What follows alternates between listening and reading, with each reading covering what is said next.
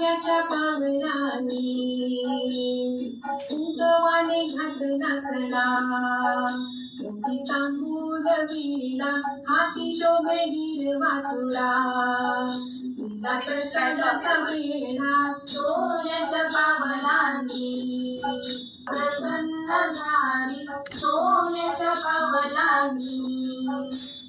नेत्रांच्या लावण्या गाती पंचप्राणांच्या ज्योती आरती भक्त गाती, तेथे नाविन्याच्या ज्योती सोन्याच्या पावलांनी.